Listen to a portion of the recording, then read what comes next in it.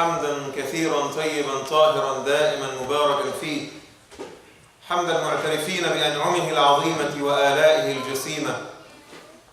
لك الحمد يا ربنا على ما أنعمت به علينا وأوليت.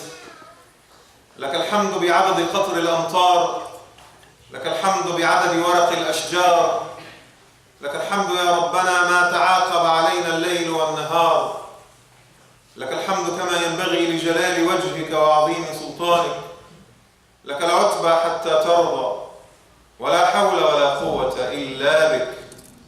وأشهد أن لا إله إلا الله وحده لا شريك له، وأشهد أن محمدا عبد الله ورسوله وصفيه من خلقه وحبيبه، بلغ الرسالة وأدى الأمانة ونصح الأمة وكشف الغمة وجاهد في الله حق الجهاد حتى أتاه اليقين. اللهم صل وسلم وزد وبارك على الحبيب المصطفى محمد وعلى آله وأصحابه وأتباعه ومن اهتدى بهديه وعمل بعمله إلى يوم الدين، وارض عنا معهم بفضلك وكرمك يا أرحم الراحمين. اللهم آمين. I praise Allah subhanahu wa ta'ala and I mention His name and I celebrate His praises. I thank Allah for all the blessings that He has bestowed upon me and my family and loved ones. I express my gratitude to the Lord in words and action. I say Alhamdulillah, Alhamdulillah, Alhamdulillah for the blessings that I know, for the blessings that I'm aware of, and the blessings I am not. I bear witness that there is no deity worthy of worship save Allah, and I bear witness that Muhammad is Allah's final prophet and messenger, the bearer of glad tidings, the role model to be followed, sallallahu alayhi wa sallam. May the peace and blessings of Allah be upon him and his family, his companions and followers, and all men and women that walk steadily in their footsteps. And I ask Allah to make each and every one of us among them. Allahumma ameen.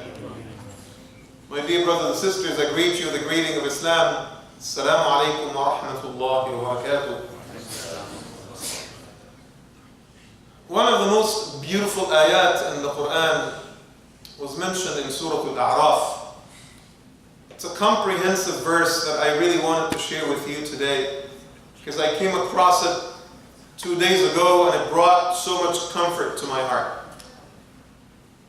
It's an instructive ayah in which Allah Azza wa Jal gives the Prophet ﷺ a command, and the Prophet ﷺ, as you and I know, would follow Allah's commands and orders without hesitation.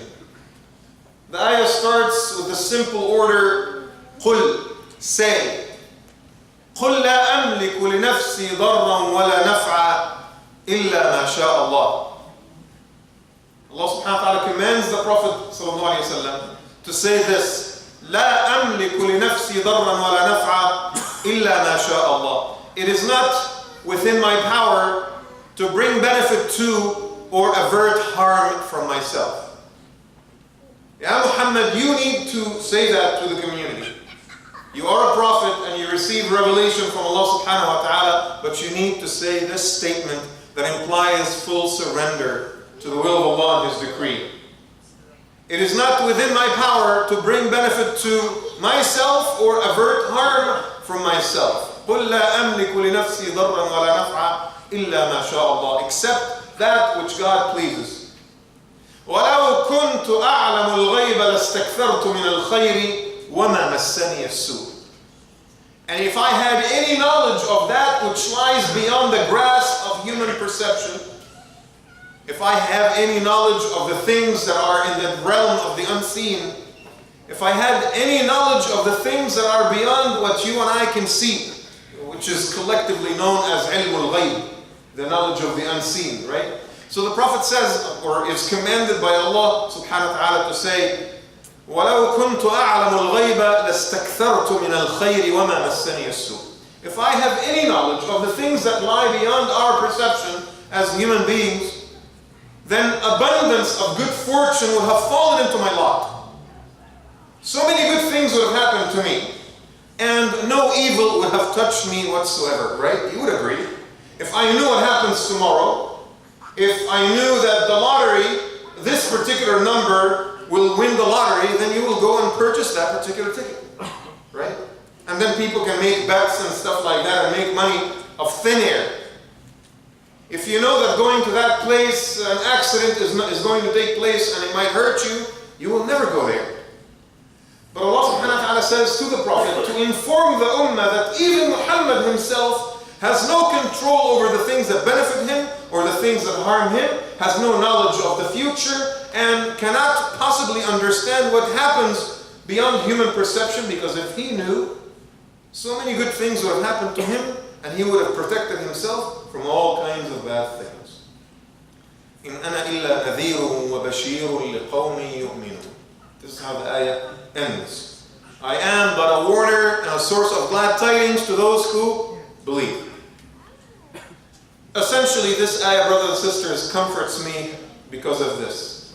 If Rasulullah sallallahu alaihi wasallam had no knowledge of the future and therefore cannot predict what could harm him or what could bring benefit to him, then that certainly applies to each and every one of us.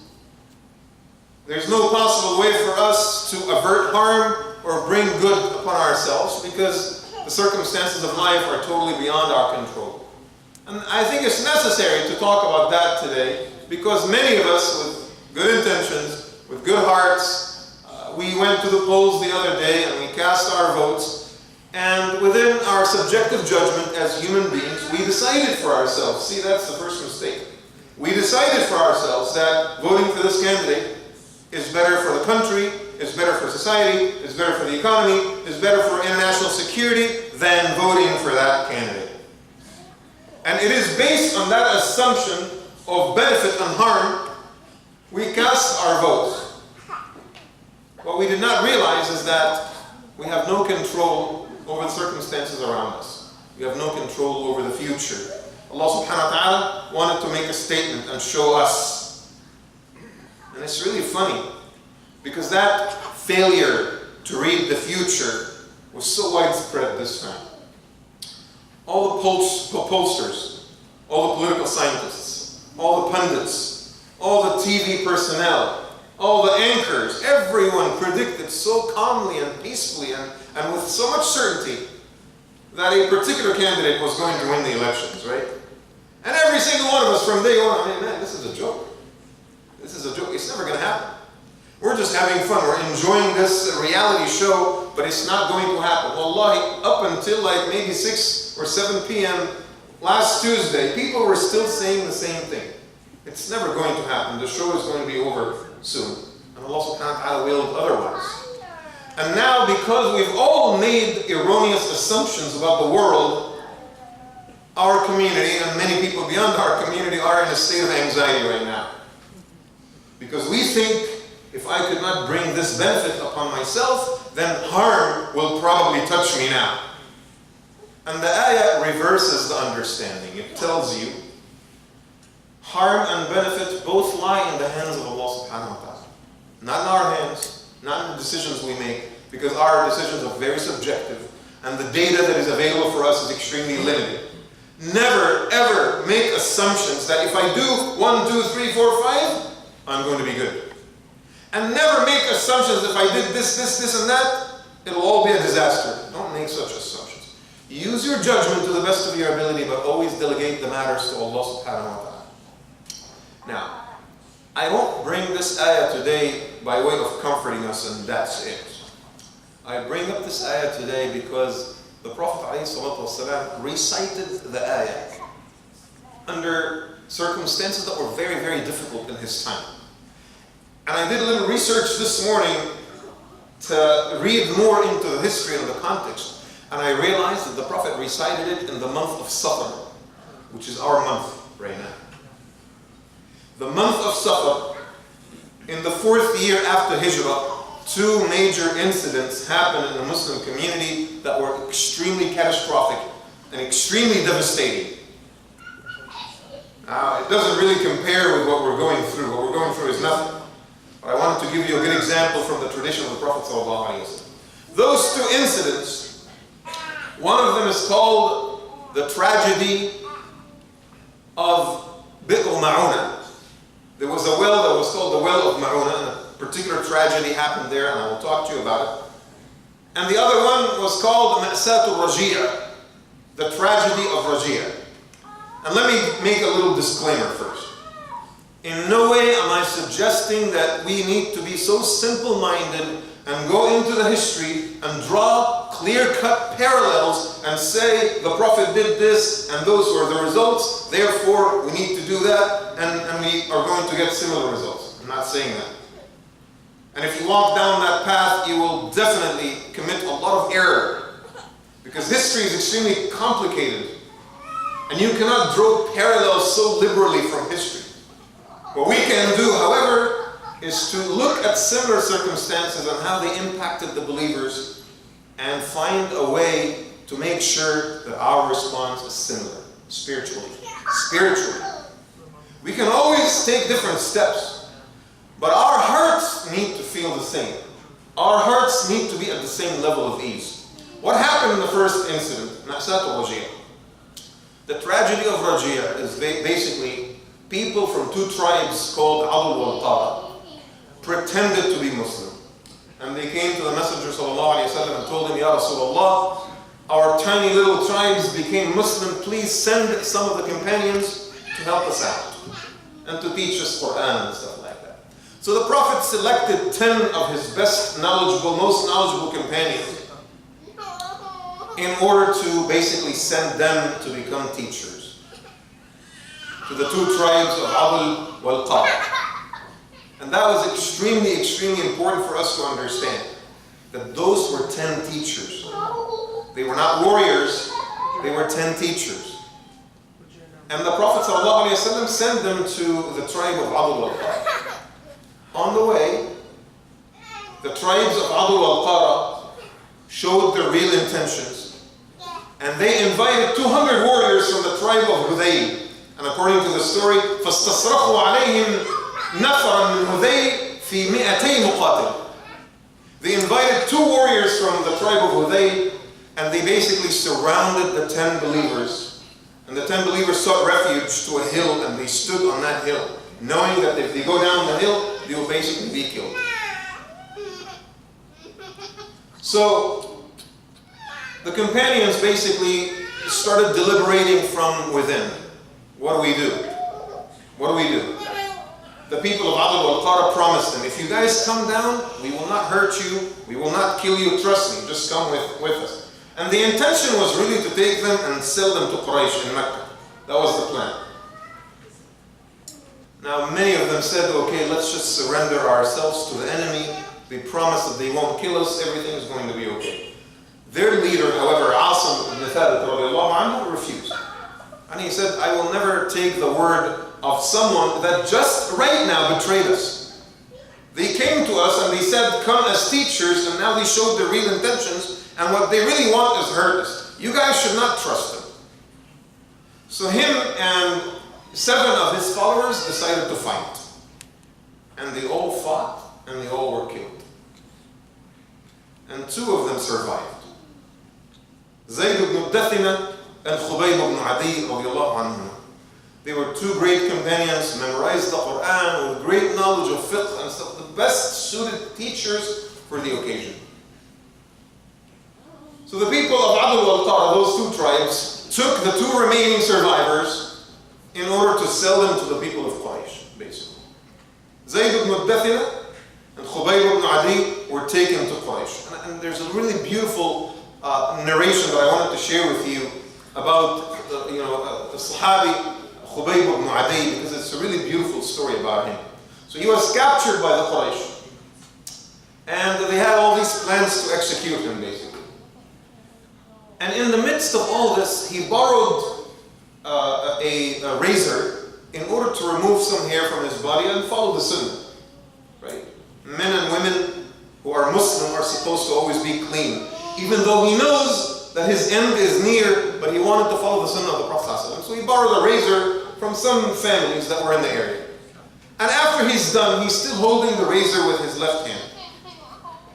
And then one of the kids snuck in. Didn't know that he was a prisoner.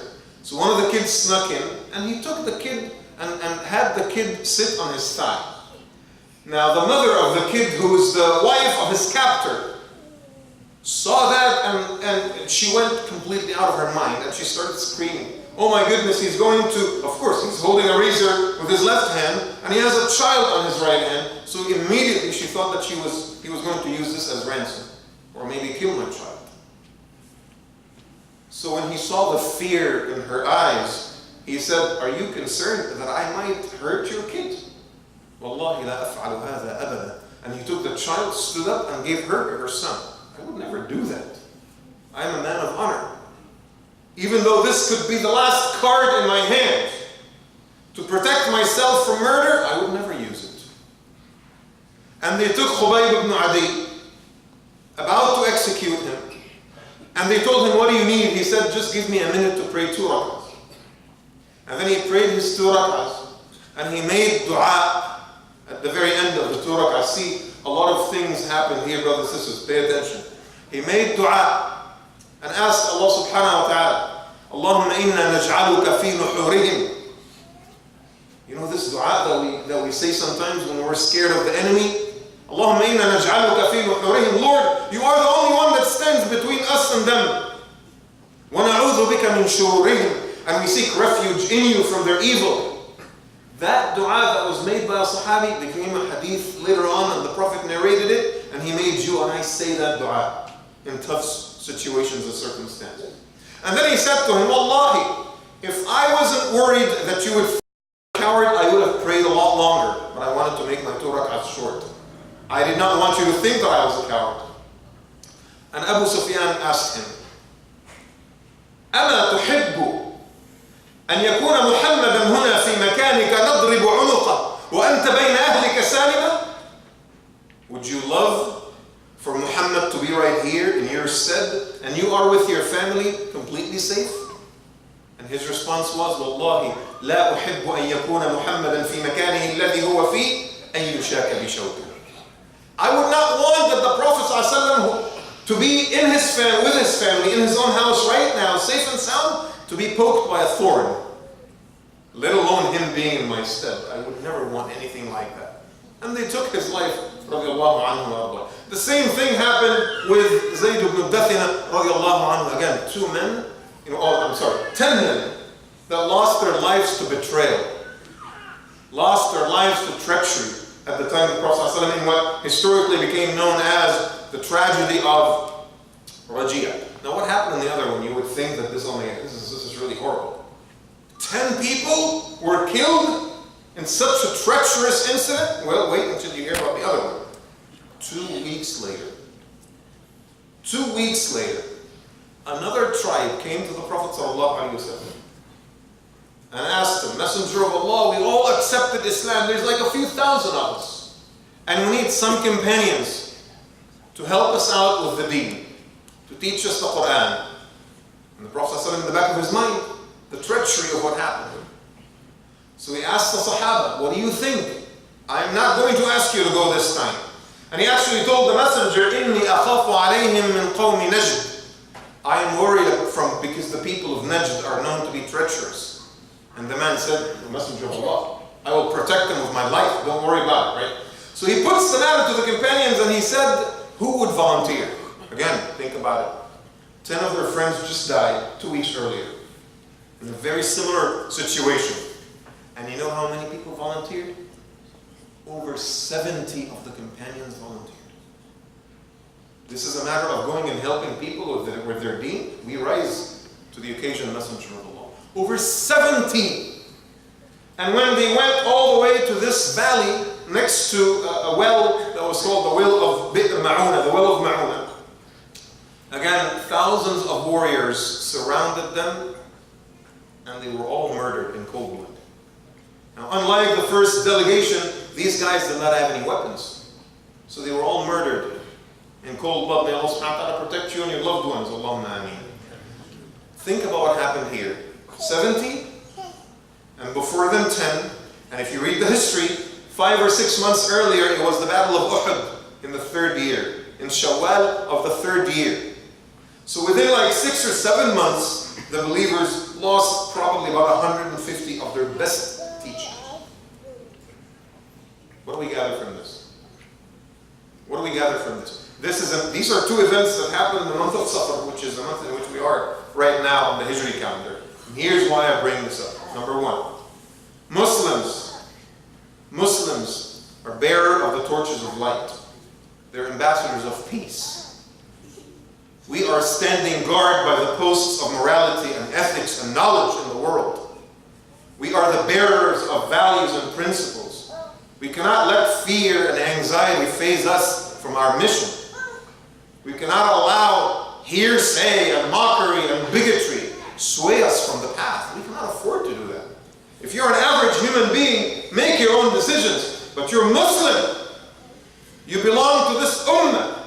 That's the honor that Allah subhanahu wa ta'ala has bestowed upon you, and you better rise to the occasion and carry it with pride. Allah subhanahu wa ta'ala made you into an ambassador in this world. And fear of the future cannot stop you from doing the things that you need to do. You know what? I had this event organized to speak at a church next week. Considering the current circumstances, I'm just going to go ahead and cancel that. Because God knows what can happen, right? Wrong. If you had a scheduled event next week to speak at a church, I invite you, inshallah, to make it 3 and 4 and 5 events. If you used to talk to one non-Muslim at work, make it 10. If you used to hide when you go to work or you go to school, hide your salah. See, that's the thing. We go out of our way to hide our salah from the eyes of non-Muslims, as if there's something wrong with it, as if it's a dishonorable act. Only people have something to fear, hide. If you used to hide your salah, it is time to pray in public. It's the exact opposite of what you think. You should never let fear and anxiety of the future stop you, because as the ayah says, we have no control over what happens in the future. It's all in the hands of Allah subhanahu wa ta'ala. All we can control is our actions today. Number 2, you should never let the circumstances that are happening right now build a negative taste in our mouths, and then we stop doing the good things that we need to do, right? So sometimes it's the fear of the future, but also bitterness about the past. What is going to happen to us? What is going to happen to our country? We're living in such difficult times. Maybe we need to take it easy. Stay under the radar. Go unnoticed for a while, right? The Prophet ﷺ knew what happened in one incident, and the companions still went 2 weeks later. What is it that you and I face, brothers and sisters? Mockery, rudeness, attacks, possibly maybe someone losing his job. Again, I don't try to make light of the situation. There were incidents around the country in which people got hurt. 3 or 4 times, I think we heard so far. Some sisters' hijabs were pulled. A lot of attacks against African Americans. But again, we need to understand, hatred was not born last Tuesday, you guys. Hatred did not come to the world last Tuesday. There was so much hatred that has already existed for thousands of years. Hatred has already been around. And you know what? Hatred had absolutely no plans whatsoever to disappear had your favorite candidate won the elections. This is so foolish. This is so foolish on our part to assume that things could have been better, things could have been different. SubhanAllah, how do you know? Do you have knowledge of the unseen? Do you know what happens beyond our perception? We don't know. It could have been a lot worse for all practical purposes, because only Allah subhanahu wa ta'ala controls such matters. So I'm not trying to make light of the situation. We have to be conscious, aware of our surroundings, especially my sisters who are noticeably Muslim. Everywhere you go, you need to have 10 eyes in your head. Don't all be freaking out and scared, but be vigilant and conscious wherever you go. So you have to be aware of what's going on. We have to be vigilant. We have to be conscious. We have to have some kind of a safety perception in our minds. But all in all, what we're going through is nothing like what the companions of the Prophet ﷺ went through, and they were unfazed, brothers. They were unfazed. Number 3, look at what Khubayb ibn Adi did. And I really think that is something that touches the heart, and I want us to take a hard look at that, inshallah ta'ala, because it was such a beautiful thing. A man who has nothing to lose. That's the argument that is always perpetuated. He has nothing to lose. And if you have nothing to lose, you take advantage of whatever means available at your disposal, right? Khubayb ibn Adi, in the midst of a situation where his life is on the scale, and he would still not do something dishonorable. His life is on the scale, and he would not do something take advantage of a child to save my own life? No, I will never do that. And I want you to think of that right now, more than ever. You might be angry at people because they say stuff about you, so you hastily say stuff about them. Bigotry cannot be fought by bigotry. Let me make that statement. Hatred cannot be fought by hatred. Racism cannot be fought by racism. When Black America was rising against white America and the Nation of Islam was established, they used to say that God was black. Because the perception of Jesus in Western culture is this blue-eyed white guy with blonde hair, right? So the extreme reaction was, when the Nation of Islam was started, the extreme reaction was, you know what? God is black. Is that the proper response to racism? It's just as messed up. It's just as foolish. You don't respond to racism with racism. You don't respond to hate with hatred. What is the one thing that can put out fire? More fire? It's water. You put out water and that's why Allah subhanahu wa ta'ala taught us in the Quran, repel evil with good. Repel evil with good. You respond to evil with good. And this is the time for us, because our characters are being tested right now. Our resolve to be strong in terms of our spirituality is being tested right now. It's the time to extend the hand, to reach out, but also show patience and perseverance in the face of adversity. When someone at work says negative things about you, absorb it. Use educational methods and educational means. Use conversations. Don't just report them right away. Don't litigate right away. Don't complain right away. Remember who you are. You are a Muslim. You're supposed to bear a torch that inspires people. And wallahi, brothers and sisters, sometimes in the midst of fear, people do crazy things. But if you're calm and collected, they will come later and apologize. They will realize, that person will realize how big of a jerk he was when he attacked you. But if you give them reason to attack you further, you're just adding gasoline to the fire, and that is not the right attitude. Again, your physical safety has to be protected at all times. That is not something you can ever compromise. But think twice before you react these days, because our reactions will determine who you are. And again, we learned that from the legacy of the Prophet ﷺ and the incident of Raji' and Bi'r Ma'un. What else do we learn from here, brothers and sisters? This is not a time for us to compromise our identity as a Muslim community. Khubayb ibn Adi, the last request he made is, let me pray 2 rak'ahs. He could have said, what are you talking about? My name is not Khubayb, my name is Abu Lahab. My name is Abu Jahl. I'm not even Muslim. What are you guys talking about? He could have told them the things that they wanted to hear. But he wouldn't do that, radiallahu anhu. In times of adversity, you demonstrate who you are and your identity as a Muslim. My sisters who wear hijab. Again, believe it or not, this is the most common question that I'm receiving right now from the community. Imam, is it okay to take off my hijab for a few weeks until things calm down a little bit? It's a heartbreaking question to ask in the first place. And I try to respond with as much insight and respect and understanding to my sisters as much as possible, but the statement that I'm making here is clear. It's just not the time to think like that. It's not the time to project weakness. And it's as if we're telling others, hey, you can come at us even further. You can put even more pressure on us. Today we take off our hijabs. Tomorrow we're going to change our names. Next thing, we'll just renounce Islam and leave it at home.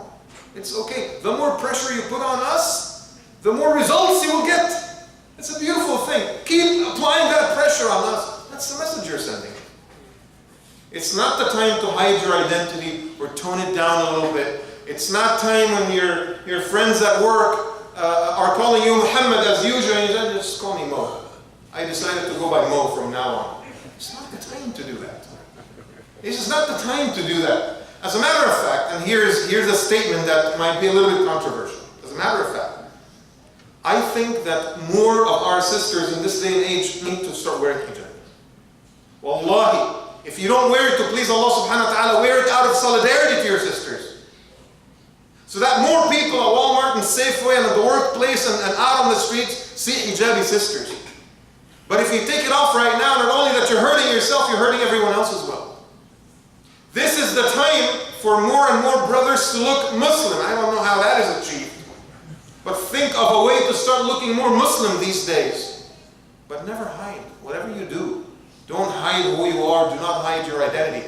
Do it with pride, but do it with humility. Brothers and sisters, I ask Allah subhanahu wa ta'ala to forgive us our sins, to protect our community, to protect our brothers and sisters and families and loved ones. And I ask Allah subhanahu wa ta'ala to help us repel evil with good and to rise up to this occasion and to give us the wisdom to make the best decisions possible considering the circumstances. Raise your hands and seek the guidance and strength from Allah subhanahu wa ta'ala.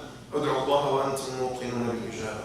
إن الحمد لله نحمده ونستعين به ونستهديه ونستغفره ونعوذ بالله من شرور أنفسنا وسيئات أعمالنا. من يهده الله فهو المهتد ومن يضلل فلن تجد له وليا مرشدا.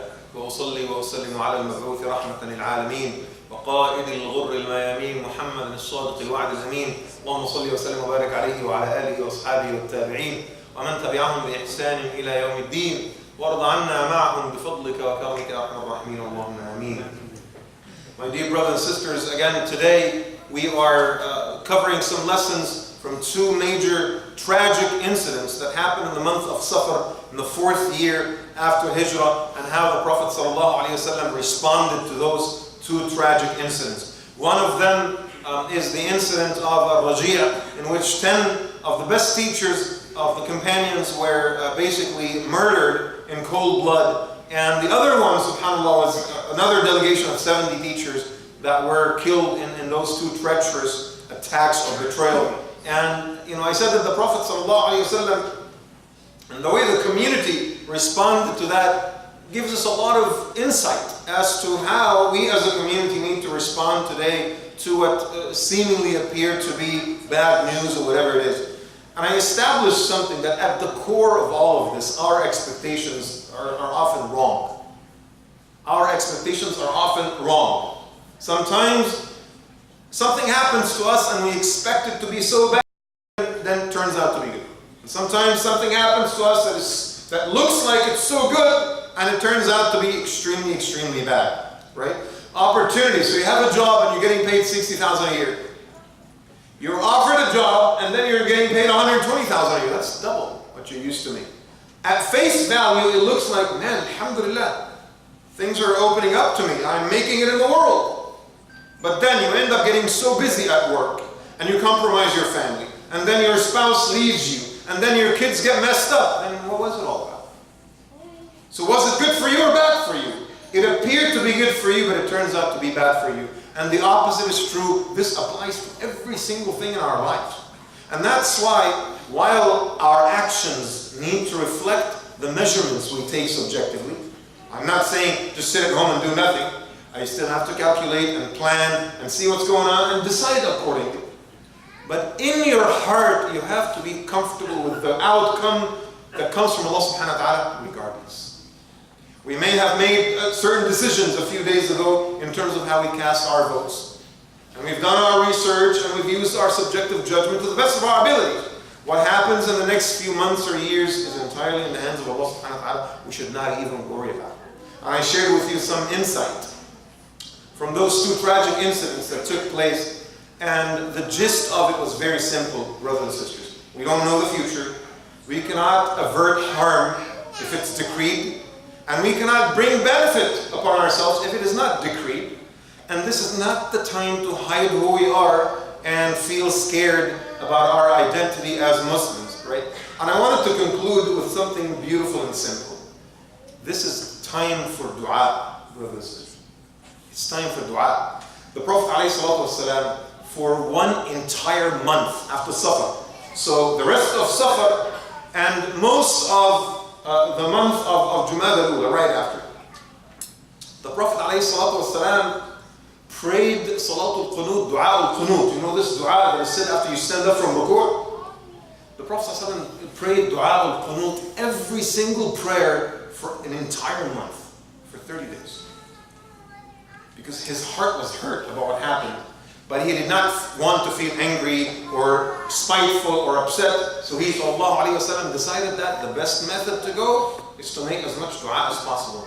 And I invite you to do this right now, inshallah. It's not, I'm not suggesting that you ask Allah subhanahu wa ta'ala to turn things around. Oh, Ya Allah, please make Trump get impeached before he starts his presidency or something foolish like that.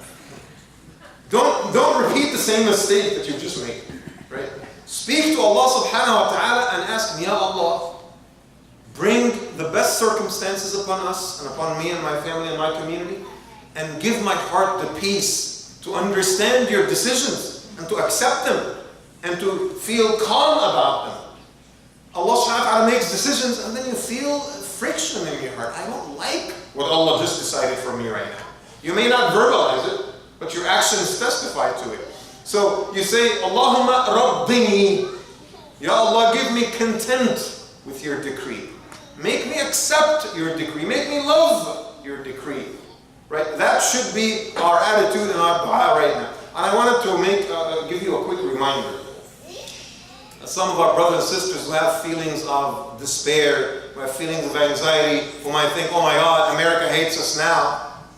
How can people, after everything they know about this candidate, still vote for him? Maybe they're all bad like him. Maybe they're all bigoted and racist just like him. That is an erroneous way to look at this whole thing. And let me tell you why. There's about 350 million people in this country. Right? Those who are eligible to vote in America is about 220 million. Right? So that's about 130 million excluded from the equation. They're not even on the registry, right? Out of the 220 million that are registered and eligible to vote in America, about 100 million did not even go to the voting booths. And I know that some of them are here today. And I hope you're feeling very guilty right now. I hope you're feeling extremely guilty right now. Because you had something to do with what happened the other day. And don't tell me who you are, because I'll be very mad. Don't even come to me and say, Imam, by the way, I didn't vote on Tuesday. Don't do that. All right?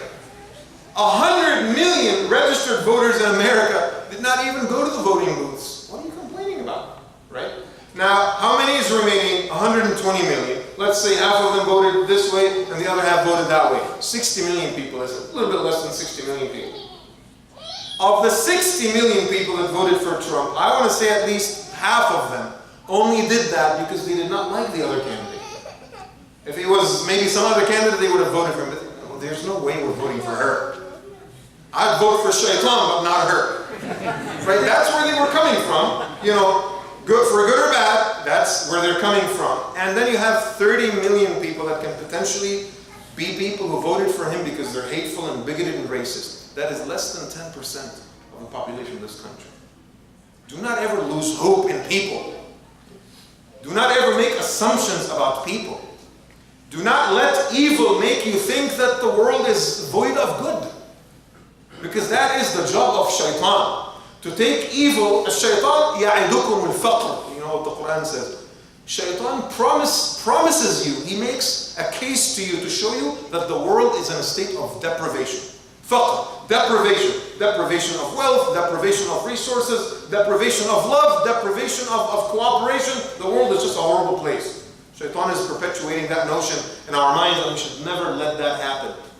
Let us walk the earth with the most positive attitude, with the most constructive attitude, understanding who we are. You carry the torch of light. You are amongst the heirs of Muhammad sallallahu alaihi wasallam. You cannot afford to let hatred fill your heart, and anxiety and fear fill your heart. There will be negative incidents, make no mistake about it, right and left, here and there, but it's still negligible compared to the blessings that you enjoy. I ask Allah subhanahu wa ta'ala to protect and preserve our community, our institutions, our families, our leaders, our masajid. I ask Allah subhanahu wa ta'ala to help us in these difficult times to react in the most loving and civilized way possible. I ask Allah subhanahu wa ta'ala in these difficult times to help us see the wisdom behind all of this negativity. I ask Allah subhanahu wa ta'ala to establish the Muslim community as a community of righteousness and good in this part of the world. I ask Allah subhanahu wa ta'ala on this day to make each and every one of us a catalyst of healing. And I ask Allah subhanahu wa ta'ala to keep us reminded of who we are and what we're supposed to achieve in this world. I ask Allah subhanahu wa ta'ala to help us take advantage of the time that has been given to us. And I ask Allah to help us fill that time with hard work, with compassion, with focus on family and friends, focus on community, focus on spreading the good around us in the world. I ask Allah subhanahu wa ta'ala to fill our hearts with humility and the pride of being Muslim at the same time. I ask Allah subhanahu wa ta'ala to protect our brothers everywhere and to protect particularly our sisters. I ask Allah subhanahu wa ta'ala to put strength in our hearts, and as He helped us and held us together in these difficult times, and as He brought us together as brothers and sisters, I ask Allah subhanahu wa ta'ala to admit all of us into His Jannah. Allahumma ameen. Allahumma laka alhamdu kama yanbaghi li jalali wajhika wa azim sultanik. اللهم صل على محمد وعلى آله وصحبه وسلم تسليما كثيرا. تقبل منا يا ربنا إنك أنت السميع العليم وتب علينا إنك أنت التواب الرحيم. اللهم احفظنا بحفظك الذي لا يضام واكلأنا يا ربنا بعينك التي لا تنام. اللهم كن معنا ولا تكن علينا وآثرنا ولا تؤثر علينا. اللهم ارفعنا ولا تضعنا ودافع عنا برحمتك ولا تدفعنا. اللهم انصر إخواننا المستضعفين في المشارق والمغارب وأبدلهم يا ربنا من بعد خوفهم أمنا يعبدونك لا يشركون بك شيئا.